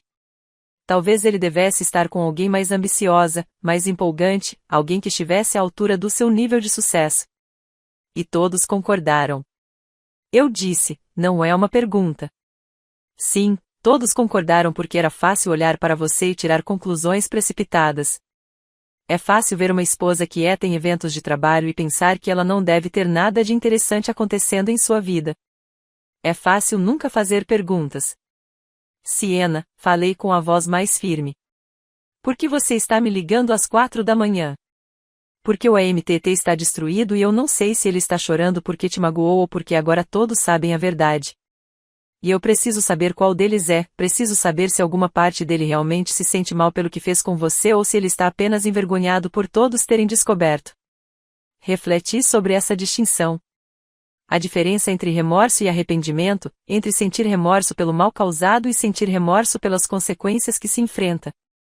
São 2 coisas muito diferentes. Eu disse que sim. A voz de Siena era baixa. São sim. E eu não acho que seja a primeira opção. Você provavelmente tem razão. Existe alguma chance? Perguntou ela de repente, em um tom de desespero. Alguma chance de você perdoá-lo? De tentar de novo? Ele tem mandado mensagens para todos nós, dizendo que agora entende o que fez e que quer consertar as coisas. Voltei para a janela, olhei para a cidade, começando a despertar. Cedo da manhã, corredores, caminhões de entrega, o sol começando a clarear o céu, transformando-o de preto em um azul profundo. Não, eu disse. Não há a menor chance. Mas se ele realmente aprendeu, se ele realmente mudou, Siena, ele não mudou. Ele foi pego. Há uma diferença. Encostei a testa no vidro frio. E mesmo que ele tivesse mudado, mesmo que isso de alguma forma o transformasse em uma pessoa capaz de me enxergar claramente, eu não quero estar lá para presenciar essa transformação. Eu não quero ser cobaia para o crescimento dele. Então, acabou mesmo. Acabou no momento em que ele fez as malas, eu disse. Tudo desde então tem sido apenas um epílogo. Ela ficou em silêncio por um longo momento. E então, o que você fez esta noite, revelando a verdade para todos nós desse jeito? Foi vingança? Refleti sobre a questão honestamente. Não, respondi por fim. Não era vingança. Vingança exige desejar que alguém sofra. Eu não queria isso. Eu só queria que as pessoas parassem de viver na ficção confortável que o EMTT havia construído. Eu queria que a verdade fosse visível. Bem, agora está, disse Siena suavemente. Muito, muito visível. Ótimo. Cora. Sua voz estava hesitante agora, como se ela tivesse medo de perguntar, mas precisasse fazê-lo mesmo assim. Você nos odeia pelo que dissemos? Pelo jeito que falamos de você? Não, respondi, surpreendendo-me com a honestidade das minhas palavras. Eu não te odeio. Simplesmente não penso mais em você. Aquilo pareceu ter me atingido com mais força do que o ódio teria atingido. Tenho que ir, eu disse. Está tarde ou cedo, seja lá o que for. Eles te agradeceram por atender e eu sinto muito por tudo isso. Eu sei, eu disse, mas Siena, não me ligue de novo. Desliguei antes que ela pudesse responder. O céu estava definitivamente mais claro agora. Amanhã estava chegando, quer eu estivesse pronto para ela ou não. Olhei para o meu celular e vi as 53 mensagens não lidas, as notificações de sites de notícias e do LinkedIn, e pessoas com quem não falava há anos entrando em contato de repente para me parabenizar. Desliguei o telefone completamente. Depois fui para a cama e dormi melhor do que nos últimos meses. Acordei às 11h30 com a luz do sol entrando pelas janelas que eu havia esquecido de fechar e a vibração insistente do meu celular encostado no criado mudo. Por um instante, não me lembrava onde estava nem porque me sentia simultaneamente exausta e agitada. Depois, tudo voltou à minha memória. O jantar, a apresentação, a saída do Elier russo, o telefonema da Siena às 4 da manhã. Peguei meu celular e me arrependi imediatamente. 53 e-mails não lidos, 27 chamadas perdidas, mensagens de texto que pararam de carregar por serem muitas para exibir de uma só vez. Primeiro, percorri os e-mails rapidamente, observando os assuntos desaparecerem. Pedido de entrevista, convite para o podcast da Forbes. Como eu construí isso? O TechCrunch quer te destacar. Revista Entrepreneur, seu agente literário interessado em contratos para seu livro. Parabéns de ex-clientes. Mensagens de investidores com quem conversei uma vez em conferências anos atrás. De repente, eles se lembram do meu nome e perguntam sobre oportunidades de expansão. 3 produtores de podcast diferentes queriam que eu contasse a história de como construir uma empresa em segredo. E as manchetes. Meu Deus, as manchetes. Abri o Safari e digitei meu nome. Os resultados preencheram a tela. Casamento de mulher de reputação duvidosa termina após marido chamá-la de insignificante. A mulher que construiu uma empresa de figuras de 8 dígitos enquanto o marido a considerava uma ninguém. De invisível a imparável. A vingança de uma mulher por ser subestimada. Executiva de tecnologia expõe o desprezo do marido em sua própria festa de aniversário. Alguns artigos foram compreensivos, retratando-me como uma mulher que finalmente se impôs. Outros foram críticos, usando palavras como calculista, vingativa e humilhação pública. Um artigo de opinião questionava se alguém que transformaria um jantar de aniversário em arma teria a estabilidade emocional necessária para administrar uma empresa de gestão de crises. Todos tinham uma opinião. Todos tinham um ponto de vista. Minha vida havia se tornado uma história que as pessoas contavam para provar qualquer ponto que quisessem sobre casamento, sucesso, dinâmicas de gênero ou vingança. Larguei o telefone e fui fazer café. O apartamento parecia diferente à luz do dia, de alguma forma mais vazio. Embora nada tivesse mudado fisicamente, ainda eram meus móveis, minhas obras de arte nas paredes, minha cafeteira na bancada, mas parecia menos um lar e mais um cenário de teatro aguardando a próxima cena. Eu estava na metade da minha primeira xícara quando alguém bateu na porta. Olhei pelo olho mágico e vi Maia segurando uma sacola de papel e 2 copos de café para a viagem. Trouxe reforços, disse ela quando abri a porta. Bagels daquele lugar na missão que você gosta e um café melhor do que esse que você está bebendo. Ela entrou sem esperar por um convite, colocou tudo no balcão da cozinha e me puxou para um abraço que durou mais do que qualquer um de nós normalmente toleraria. Você conseguiu, disse ela quando finalmente o soltou. Você realmente conseguiu. Conseguiu o quê? Destruiu meu casamento na frente de todos. Parou de me esconder. Ela abriu a sacola, tirou bagels e cream cheese, parou de se diminuir, parou de deixar que ele levasse o crédito pela vida que você construiu. Nos acomodamos no sofá com comida e um café melhor, e Maia me contou sobre sua manhã. Já dei 3 entrevistas, para Forbes, Texuncha e Marketplace da NPR. Recusei outras 5 propostas porque achei que deveríamos coordenar nossas mensagens. Ela deu uma mordida no bagel. Jordan tem lidado com a maioria dos pedidos da imprensa, mas eles querem especificamente nós duas. A história de 2 mulheres construindo algo tão grande e secreto. É um prato cheio para a mídia de negócios no momento. Quão ruim é? Perguntei. As coisas pessoais. Maia pegou o celular e rolou a tela. Está por toda parte. O jantar, a apresentação, o anúncio da aquisição. Alguém no restaurante deve ter comentado, porque há detalhes sobre o que você disse e o que você mostrou na tela. O Twitter está em polvorosa. Metade das pessoas te chama de herói. A outra metade acha que você é um vilão. Ela me entregou o celular. Eu rolei a tela pelos tweets. É isso que queremos dizer quando afirmamos que o trabalho das mulheres é invisível. Ela estava literalmente bancando a vida inteira dele e ele a chamava de insignificante. Imagine ser tão frágil a ponto de não conseguir lidar com o sucesso da sua esposa. Homens são constrangedores. Ela o humilhou no jantar de aniversário dele, na frente de todos os amigos. Isso não é empoderamento, é crueldade. Quem brinca com fogo se queima. Ele a chamou de insignificante. Ela mostrou os comprovantes. Comércio justo. Devolvi o telefone. Não sei se consigo ler mais alguma coisa.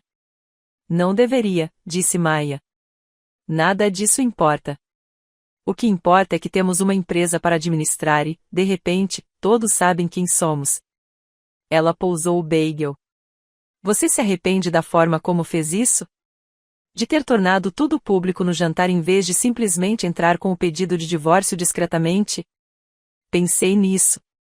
Pensei mesmo nisso? Não, respondi finalmente. Não me arrependo de ter dito a verdade. Lamento que tenha sido preciso ele me chamar de insignificante para eu perceber que eu estava me tornando invisível, que passei 7 anos me encolhendo para que ele pudesse se expandir. Maia assentiu lentamente. Você sabe que isso muda tudo, não é? Não podemos voltar a ser anônimas. Agora somos a cara de Ashore. As pessoas vão ter opiniões sobre nós, sobre como nos vestimos, o que dizemos, com quem namoramos, no que acreditamos. Somos figuras públicas agora, quer queiramos ou não. Eu sei. Você está preparado para isso?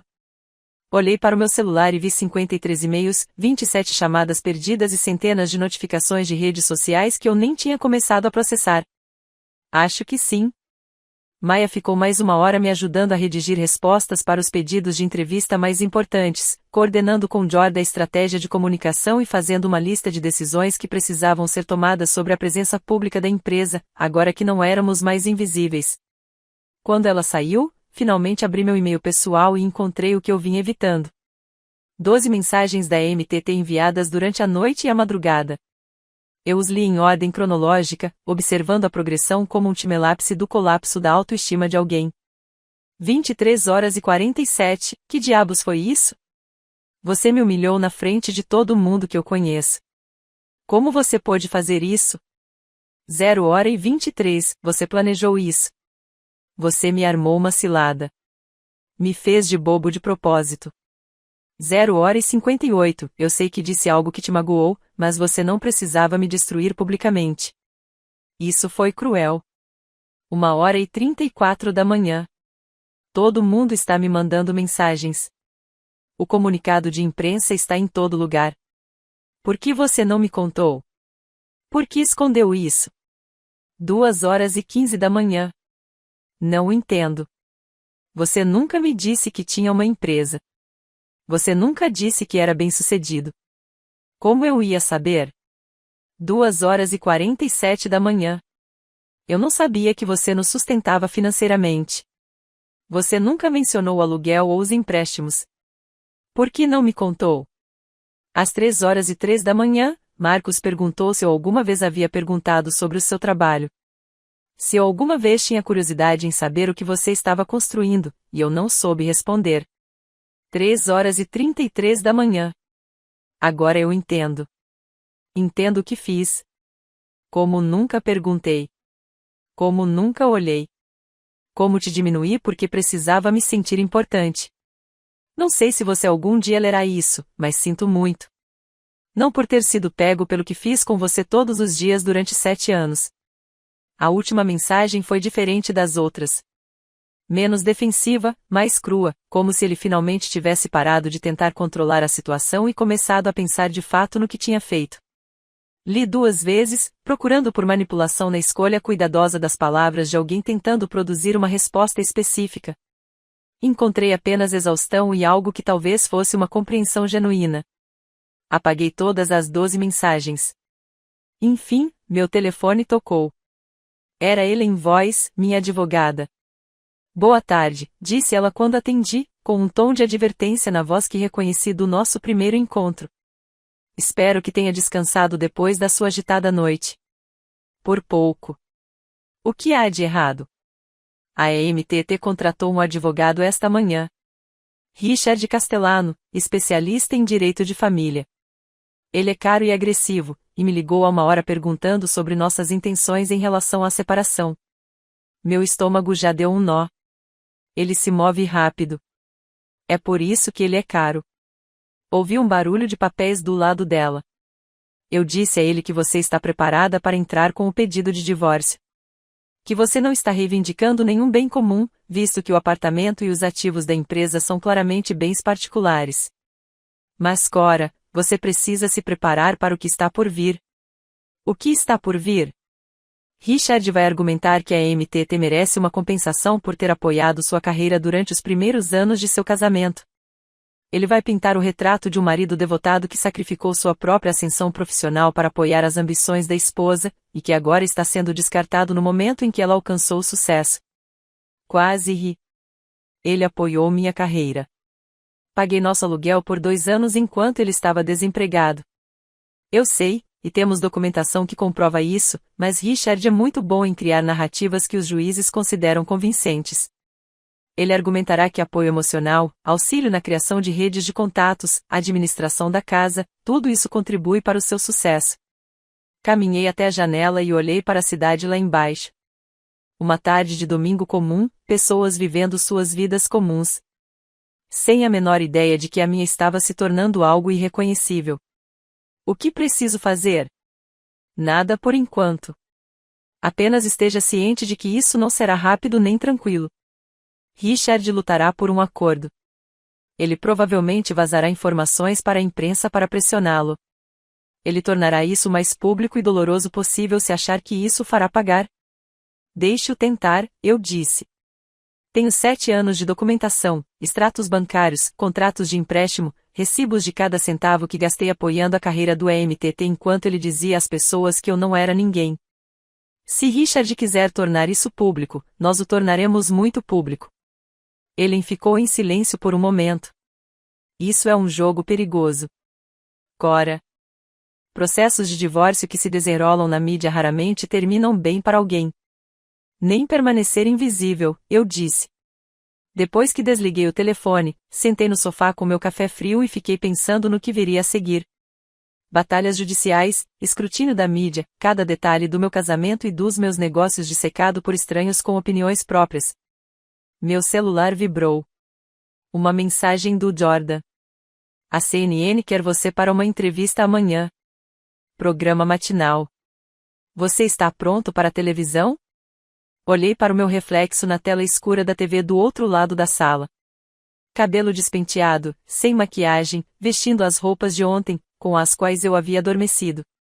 Eu não parecia estar preparada para a televisão. Não parecia estar preparada para nada disso. Mas, preparada ou não, eu já estava dentro dela. Sim, respondi. Envie-me os detalhes, porque se eu vou ser visível, que seja impossível não me notar. A entrevista na CNN foi ao ar numa manhã de terça-feira. Eu a assisti do camarim de um estúdio de podcast em Oakland, onde eu tinha uma gravação agendada para seguir. Meu celular estava no silencioso, o café esfriando na minha mão. O apresentador fez perguntas previsíveis sobre a aquisição, sobre construir uma empresa em segredo, sobre como era finalmente estar sob os holofotes. Eu havia dado respostas cuidadosas, aquelas que Jordan e eu tínhamos ensaiado, profissionais, ponderadas, focadas nos negócios em vez do drama pessoal que todos realmente queriam ouvir. Mas então ela fez a pergunta para a qual eu não estava preparada. Você acha que seu marido alguma vez te amou? Eu tinha pausado a tela e me observei naquele momento, vendo algo passar rapidamente pelo meu rosto, algo que eu não conseguia identificar. Acho que ele amou a versão de mim que se encaixava na história dele. Eu disse, finalmente. A questão é se isso pode ser considerado amor. O vídeo viralizou em poucas horas. À tarde, já havia se transformado em memes, citados em artigos de opinião debatidos no Twitter por pessoas que nunca tinham nos conhecido, mas que tinham opiniões fortes sobre como o amor deveria ser. Isso foi há 8 semanas. Agora era início de dezembro e eu estava no novo escritório que Maia e eu tínhamos alugado no 43º andar do distrito financeiro, olhando para a Bahia através de janelas do chão ao teto que faziam toda a cidade parecer algo que nos pertencia. O espaço era tudo o que sonhávamos naquelas noites de 3 anos atrás, quando ainda estávamos construindo em segredo. Paredes de tijolos aparentes, planta aberta com mesas de altura ajustável e espaços colaborativos. Uma sala de conferências com uma vista tão deslumbrante que, por vezes, os clientes perdiam o fio da meada a meio da frase, distraídos pela ponte, pela água e pela sensação de estarem a tomar decisões no topo do mundo. Tínhamos 40 funcionários, agora uma equipe de verdade com cartões de visita, assinaturas de e-mail e planos de previdência privada. Clientes em 6 países e projeções de receita que faziam o preço de aquisição de $21 milhões parecer insignificante. Maia me encontrou na janela, com 2 cafés nas mãos. Ela me ofereceu um sem dizer nada e ficamos ali juntas, observando a cidade se movimentar lá embaixo. O artigo da Forbes já está no ar, ela disse finalmente. Peguei meu celular. Lá estava ele. As potências invisíveis. Como Cora Shore construiu uma empresa de 8 dígitos enquanto seu marido a considerava uma pessoa comum. A manchete me deixou irritado. Eu havia pedido que eles se concentrassem no negócio, no trabalho que Maia e eu tínhamos feito, na abordagem inovadora que adotamos para o gerenciamento de crises. Mas os editores adoraram o enfoque pessoal, e meu enfoque pessoal se tornou a história que todos queriam contar. É bom. Maia disse que é muito bom. Eles se concentraram na empresa, nas histórias de sucesso de nossos clientes e na metodologia que desenvolvemos. Os aspectos pessoais são apenas contexto. Percorre o artigo. Ele tinha razão. Estava bem escrito, imparcial e abrangente. Mas as citações escolhidas eram todas sobre casamento, invisibilidade e o que acontece quando alguém finalmente se recusa a permanecer pequeno. Os comentários são brutais, eu disse, continuando a rolar a página. Não leia os comentários. Nunca leia os comentários. Mas não consegui me conter. As opiniões variavam de apoio a ataques cruéis. Todos projetando suas próprias experiências e queixas na minha história. Ela é uma heroína por expô-lo. Ela é vingativa por humilhá-lo publicamente. É assim que o feminismo se manifesta. É assim que o narcisismo se manifesta. Bloqueei meu celular e o guardei no bolso. Como você está? Perguntou Maia. De verdade? Não sei, respondi sinceramente. Alguns dias me sinto lúcida, forte e certa de que fiz a coisa certa. Outros dias me pergunto se poderia ter lidado com a situação de forma diferente, ter sido menos pública, menos dramática. Você não fez drama. Você foi honesta. Há uma diferença. Diga isso para a internet. Maia se virou completamente para me encarar. Cora, você passou 7 anos se fazendo de invisível para que seu marido se sentisse impressionante. Você construiu uma empresa multimilionária enquanto ele dizia às pessoas que você fazia trabalhos freelance. Quando finalmente contou a verdade sobre quem você era e o que havia construído, as pessoas chamaram isso de vingança. Mas não era vingança. Era apenas uma recusa em participar de suas ficções. Eu sabia que ela tinha razão. Sabia disso intelectualmente, mas saber algo e senti-lo são coisas diferentes. Meu telefone vibrou. Um e-mail de um endereço que eu não reconhecia, mas com um nome familiar. É MTT. Encarei-o por um longo momento antes de abri-lo. Tive tempo para pensar, para realmente pensar sobre o que fiz, o que disse, quem eu era. Você me perguntou uma vez o que eu achava da sua verdadeira opinião, e eu disse que meus amigos talvez tivessem razão ao dizer que você não era impressionante o suficiente. Agora percebi que a única coisa pouco impressionante em nosso casamento era minha incapacidade de enxergar o que estava bem na minha frente. Você estava construindo um império enquanto eu construía meu ego. Você estava criando algo significativo enquanto eu criava uma imagem. Não espero perdão. Não o mereço. Só queria que você soubesse que agora eu te vejo. Vejo você de verdade. E você é a pessoa mais extraordinária que já conheci. Sinto muito que tenha demorado para você perceber isso. Li 2 vezes, procurando vestígios da sensação que tive há 9 anos, quando conheci naquela cafeteria em Portland. A empolgação, a esperança, a crença de que estávamos construindo algo real juntos, não encontraram nada além do reconhecimento silencioso de que algumas lições chegam tarde demais. Apaguei o e-mail e guardei o celular. Ele entrou em contato de novo. Maia perguntou. Última vez, vou bloquear o endereço. Ótimo. Ficamos mais alguns minutos na janela observando a cidade antes de Maia ter que sair para uma reunião com um cliente. Fiquei para trás, olhando para a Bahia, para as pontes que ligam São Francisco ao resto do mundo, para os barcos que cortam a água cinzenta com linhas brancas. 1 mês depois, fiz meu primeiro discurso de abertura. A conferência de tecnologia em Austin tinha 2.000 pessoas presentes, a maioria mais jovem do que eu, mais ambiciosa do que eu, tentando construir o tipo de empresa que Maia e eu já tínhamos vendido.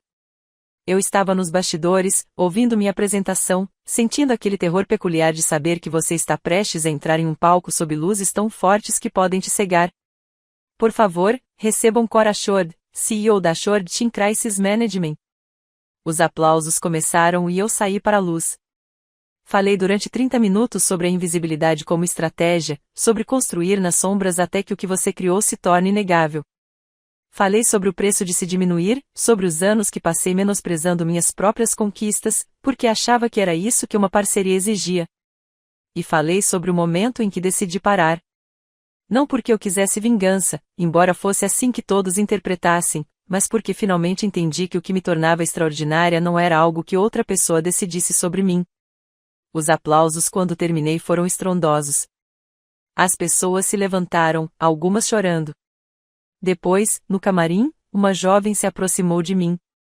Ela não devia ter mais de 25 anos, com os olhos brilhando com aquela fome peculiar que surge do desejo de provar que se é digna do espaço que se ocupa. Meu namorado me disse que eu deveria me concentrar em apoiar a startup dele em vez de construir a minha própria, ela disse. Ele disse que 2 empreendedores em um relacionamento seriam muito competitivos, que alguém precisava ser o sistema de apoio. O que você disse? Perguntei. Nada ainda, mas depois de ouvir o que você disse, vou para casa e terminar com ele. Eu sorri. Ótimo. É isso que você faria no meu lugar? Refleti sobre esses 7 anos apoiando a carreira do EMTT enquanto construía a minha própria em silêncio. Sobre o preço da invisibilidade e o custo da visibilidade, sobre a mulher que eu fui e a mulher em que me tornei. Eu faria a mim mesma uma pergunta. Eu disse, ele faz você se sentir maior ou menor? Estar com ele expande ou restringe sua noção do que é possível? Se a resposta for o restringir, você já sabe o que fazer. Ela sentiu com a cabeça, agradeceu-me e afastou-se com um passo determinado que sugeria que já tinha tomado a sua decisão. Numa sexta-feira à noite, em meados de dezembro, 3 meses depois do jantar que mudou tudo, eu estava no meu apartamento. Meu apartamento, pago com o dinheiro que ganhei, estava mobiliado com móveis que eu escolhi e tinha vista para São Francisco brilhando no crepúsculo de inverno. Meu celular vibrou. Era Maia perguntando se eu queria jantar. No restaurante Thai, no bairro Mission. Respondi, te vejo em 30 minutos. Às vezes eu pensava no EMTT.